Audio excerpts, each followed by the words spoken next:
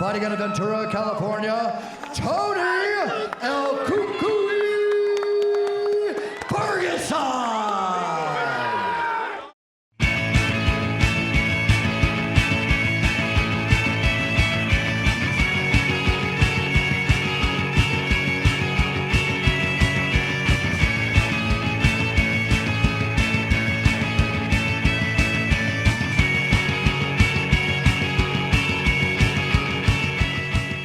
Mixed martial arts can be a very humbling experience for professional fighters. 1 minute, you can be on top of the world competing for titles. Then the next, you may be lying on the canvas out cold watching your opponent celebrate over you. One such fighter that has experienced this was Tony Ferguson. A once feared UFC lightweight that was on a 12-fight win streak fell apart at the seams and tumbled down into an 8-fight losing streak. What caused such a dramatic fall from grace for El Cucuy? Let's take an in-depth look at the rise and fall of Tony Ferguson. Tony Ferguson was born on February 12, 1984 in Oxnard, California, but grew up in Muskegon, Michigan. Ferguson was a very athletic individual, playing 3 sports in high school, including football, baseball, and wrestling. Tony's first experience in combat sports began in high school as he became a 3-time All-State selection, even winning the 152-pound division in 2002. Ferguson continued wrestling at the collegiate level for the Grand Valley State Lakers, winning the 2006 NCAA National Wrestling Championship at 165 pounds. Following his college career, Ferguson got a job during the day in sales and marketing, and during the night he was a bartender. One day while he was working at the bar, a patron noticed his cauliflower ear and got into a conversation with Ferguson. That patron ended up being a trainer at a local MMA gym and convinced Tony to work with some of his students on their wrestling. Shortly after, Ferguson decided to pursue a career in mixed martial arts. Tony Ferguson began his professional MMA career fighting in small promotions around California. Some notable fights for Ferguson include a win over world-renowned kickboxer Joe Schilling and a loss to WEC fighter Karen Darabedian. Prior to season 13, Tony Ferguson attempted multiple times to get onto The Ultimate Fighter, but finally got in for the 2010 installment featuring Team Lesnar vs. Team Dos Santos. Ferguson was picked with the 3rd pick for Team Lesnar. During the season, Tony was a dominant fighter, but that was not without controversy. Ferguson would get drunk in the Tough House and get into an altercation with teammate Charlie Rader. What started as friendly horseplay flipped a switch in Tony and a verbal squabble would ensue. Rader at the time was involved in a custody battle for his son, and this is something Tony would bring up multiple times during the argument. Ferguson would lose the respect of his teammates and everyone else in that house. Get the off of me! Shake my hand and we're good. You don't want to be good? Then let's go. We'll go. Right now. Where's your kid at? I will clean it for you. Where's your kid at? Tony, bringing up my son was definitely below the belt. Where's your kid at? Don't say it. Hey, where's your kid at? Don't say it. Hit me and say your kid. Hit me and say your kid. I tell you what. You know what? Hit me. Tony, relax, dude. Tony Ferguson would fight Justin Edwards in the preliminary round of the Ultimate Fighter welterweight tournament. Tony would dismantle Edwards in the first round by knocking him out with an upkick. In the quarterfinals, Ferguson has to go against Ryan McGillivray. Tony proceeds to make very quick work of McGillivray by knocking him out. In the semifinals against Chuck O'Neal, it takes until the 3rd round, but the result is the same, and Ferguson knocks out O'Neal. With 3 knockouts, Ferguson advances to the finals and has the opportunity to win Season 13 of The Ultimate Fighter. On June 4th, 2011, Tony Ferguson made his UFC debut against Ramsey Nijem. With 1 minute and 9 seconds left on the clock, El Cucuy knocks out Nijem out of nowhere with a solid left. Tony Ferguson is your Season 13 winner of The Ultimate Fighter. After this fight, Ferguson would go down to lightweight to compete in the 155 division. He would have 2 more fights in 2011 against Aaron Riley and Yves Edwards that he would win by knockout and decision respectively. Tony was starting to show that he could be a legit force in the lightweight division, but he would face his first roadblock on his path for lightweight gold. On May 5th, 2012, Ferguson would suffer his first loss in the UFC to Michael Johnson by unanimous decision. Tony Ferguson would start out his win streak hot with finishes over Mike Rio and Katsunori Kikuno. His streak would extend to 3 with a very close split decision win over Danny Castillo. Ferguson would face a step up in competition with wins over some very good fighters, including 2 finishes against Abel Trujillo and Gleison Tibau. Around 2015, the UFC lightweight division was very stacked, and the fact that Tony Ferguson was on a 5-fight winning streak showed that he may be able to keep up with the top names in the division. Ferguson's next 2 fights are against former Strikeforce lightweight champion Josh Thompson and longtime contender Edson Barboza. Thompson is defeated by unanimous decision, and Barboza is choked out and finished. Next, El Cucuy finishes Lando Venata by Bravo choke to increase the win streak to 8. Although Ferguson won, Venata put up a great fight and damn near finished Tony in the first round, but Tony was able to battle back in the second and get the victory. Starting now, Tony is fighting the upper echelon of fighters in the lightweight division, and every fight will get him closer to title contention. Ferguson extends his win streak to 9 as he defeats former UFC lightweight champion Rafael dos Anjos by unanimous decision. With this win, Ferguson showed the rest of the lightweight contenders that he has finally arrived and deserves a title shot. On October 7th, 2017, Ferguson faced off against Kevin Lee for the interim UFC lightweight championship. In a very contested and fun fight to watch, El Cucuy submits Kevin Lee by triangle choke to win the interim championship. This, in my opinion, was the peak of Tony Ferguson's career.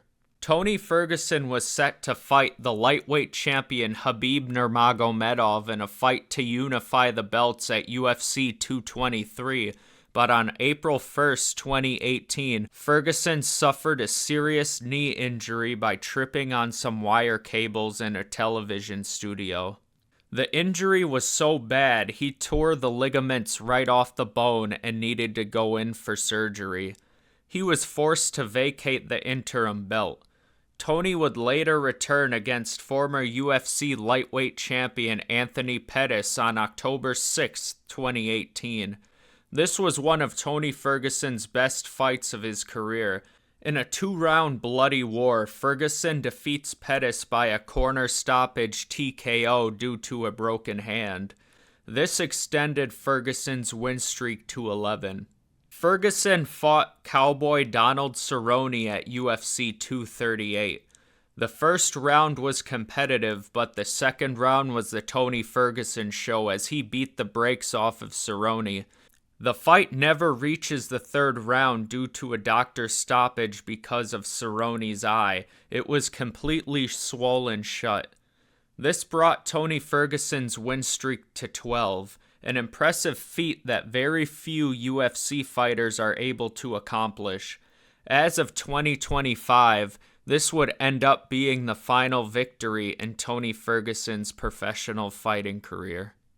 One of the greatest fights that we never got to witness was Tony Ferguson versus Khabib Nurmagomedov. This fight was cursed and was canceled 5 different times due to a magnitude of reasons. Let's take a look at all the times the fight was scrapped. December 11th, 2015. At the time of this fight, Nurmagomedov was ranked number 3 and Ferguson was number 8.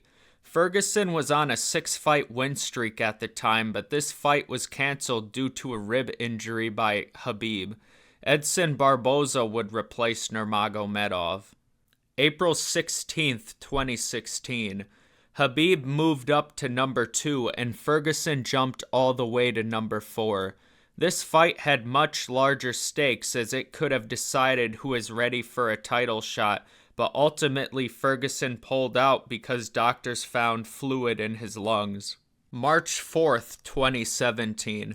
Khabib was the number 1 ranked lightweight and Ferguson was right behind him at number 2. This time they were set to clash for the interim championship at UFC 209. A day before the fight, Khabib had to pull out because of weight cut complications. Because of the extreme short notice of this pullout, Ferguson was removed from the card altogether. April 7th, 2018. Ferguson was once again set to clash with Khabib, this time for the vacant UFC lightweight championship. Ferguson was the interim champion looking to unify the titles. This would never happen as Ferguson slipped on some wire cables while doing media obligations and injured his knee, requiring surgery. Nurmagomedov would end up beating Al LaQuinta on one day's notice to win the lightweight belt. April 18th, 2020. At UFC 249, Khabib was scheduled to defend the lightweight title against Tony Ferguson. This time it took an entire worldwide pandemic to prevent these two men from fighting. All scheduled events were at risk of not happening. Dana White was adamant that this fight would happen, but after the event was postponed, Khabib went back to Russia to continue his training camp. His home country later instituted a travel ban preventing Khabib from returning to the United States for the event. This would end up being the final time this fight would ever have a legitimate chance of occurring. Hey everyone, UFC President Dana White here. We've been closely monitoring the situation with the coronavirus and its potential impact on the health and safety of UFC athletes, staff, and fans around the world. We're moving forward with all our UFC live events. Some of the events will be moved from their original host city to the UFC Apex here in Las Vegas, and unfortunately, fans may not be allowed to attend the events. On May 9th, 2020, the UFC would host UFC 249 in a crowdless arena. Because of Khabib being in Russia, Ferguson was instead scheduled to fight Justin Gaethje in a 5-round main event for the interim belt and the right to fight Khabib Nurmagomedov at a later date.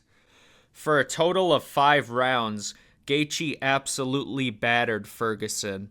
The only bright spot for Tony was at the end of the second round, he dropped Gaethje with an uppercut. At the start of the third, Gaethje made adjustments to hit Ferguson with good clean shots. With there being no crowd, you could hear the crack of every single shot Ferguson was hit with, which made this fight unnerving to watch. When I watched this fight live, the toughness that Ferguson displayed taking some of these punches was honestly crazy to witness. Come on. Hold up. Hold up. Come on, Tony. In the 5th round, Gaethje ended up beating Ferguson by a standing knockout when the ref waved off the fight. Many people attribute this fight to the downfall of Tony Ferguson. The dream of Tony fighting Khabib for the title was put to rest after this fight. Ferguson had a small chance that if he won his next fight, he could still be in title contention as he was still a high-ranked lightweight contender. Ferguson would fight Charles Oliveira at UFC 256 for a chance to keep any title hopes alive. He was a slight favorite at the time of this fight, and many thought he could get a decent win, but Oliveira would end up completely dominating Ferguson and almost breaking Tony's arm in the process. Ferguson once again showed his tough mental fortitude as he refused to tap but ultimately lost by unanimous decision. In Tony's next fight, he was set to face up against Beneil Dariush, another top lightweight contender at the time. Once again, Tony was dominated by elite grappling. This time, Tony was caught in a heel hook that he refused to tap to, showing how tough he really was. Ferguson would lose by unanimous decision, once again setting his losing streak to 3 fights. The following year, Tony fought Michael Chandler, and in the first round, it looked as if Tony was finally back. He was hitting Chandler with many shots. He looked very sharp. What would occur in the second round confirmed what many people already thought. Tony Ferguson was finished. Michael Chandler hit Tony with a devastating front kick that knocked him out cold. This was one of the most surprising KOs I have ever witnessed, mainly due to Ferguson's crazy chin and ability to take damage. Ferguson would go up to welterweight in order to fight Nate Diaz. Both of these fighters were old and washed up, but in Nate's final UFC fight, he catches Tony in a guillotine and submits him. Ferguson then fought a total bum in Bobby Green at UFC 291. Bobby Green would also submit Ferguson via arm triangle choke. I love Tony Ferguson as a fighter, but if you lose to a bum like Bobby Green, you may want to consider calling it quits. Ferguson's second to last fight would be against Paddy the Baddy Pimblett at UFC 296. Paddy would dominate Ferguson and win by unanimous decision. Tony had one more chance to get a win in what could possibly be his final fight in the UFC. Tony would fight Michael Chiesa in Abu Dhabi. With 1 minute and 16 seconds left on the clock in the first round, Chiesa would choke out Ferguson with ease. This would bring Ferguson's losing streak to 8 fights and give him the record for most consecutive losses in the UFC, surpassing BJ Penn's record of 7. On January 24, 2025, Ferguson would announce that he departed ways with the UFC and had signed with the Global Fight League. He was scheduled to fight Dylan Dennis at GFL 2, but the event was postponed indefinitely, leaving his status as a professional fighter in limbo. What exactly caused such a dramatic downfall for Tony Ferguson? It could very well be a mixture of things. Tons of people believe that the Justin Gaethje fight broke Ferguson. That may or may not be true, but one thing is for certain: the damage he took in that fight helped contribute to his downfall. Tony never had good fundamental skills. He had weak takedown defense and constantly gave up position. He never learned to protect his chin, and he can't take shots the same way anymore. His offense relied heavily on unorthodox striking techniques. Once the athleticism left him, there was nothing remaining to keep him at an elite level. Some of his prime wins are literally just him out-toughing his opponent, and that is just something that he can no longer do. One thing, I actually left the location with my son because I was not comfortable with it anymore. Okay. He is a professional fighter. Okay, and is he there by himself, or is there anyone else there? No, he's there by himself, just the dogs. But he's there by himself. And it's your husband? Yeah, it's my husband. What's so that's his what I'm name? saying. I just want to let you guys know he's a professional fighter because, one, I don't want no cop to get injured or anything. we don't. If you just send one. No, we don't want anyone to get hurt. What's your husband's name? Tony Ferguson. Recently, Tony Ferguson has been involved in some controversies. In 2019, Tony's wife would file a restraining order alleging uncharacteristic behavior, which included paranoia, not sleeping for days, tearing apart the family fireplace, and believing a tracking chip was placed in his leg when he had reconstructive knee surgery. She claimed that Ferguson was non-violent and this was just a precaution to help him with his mental state. On May 7th, 2023, Ferguson was arrested and charged with a DUI causing a rollover crash after hitting two other vehicles outside a nightclub. He was taken into custody and placed at a $30,000 bond. He was later released. I am not someone that likes to tell other people what they should do with things that they love, but in my personal opinion, the best thing for Tony Ferguson would be that he retires from mixed martial arts and enjoys the rest of his life. I see no reason to continue taking the amount of damage he has received throughout his career anymore. He was an amazing fighter that had his time, but I think it's time to drop the gloves and move on. Tony Ferguson will forever be a UFC legend for his 12-fight win streak. Tony Ferguson finished with a pro record of 26 wins and 11 losses. He accomplished almost everything you can in a UFC octagon. The only thing he couldn't capture was that elusive undisputed belt, but even if he didn't, his career is nothing to scoff at, and he is a guaranteed future UFC Hall of Famer. If you enjoyed this video, feel free to leave a like and subscribe. If you have any other video suggestions, leave it in the comments below. Thank you for watching. Goodbye.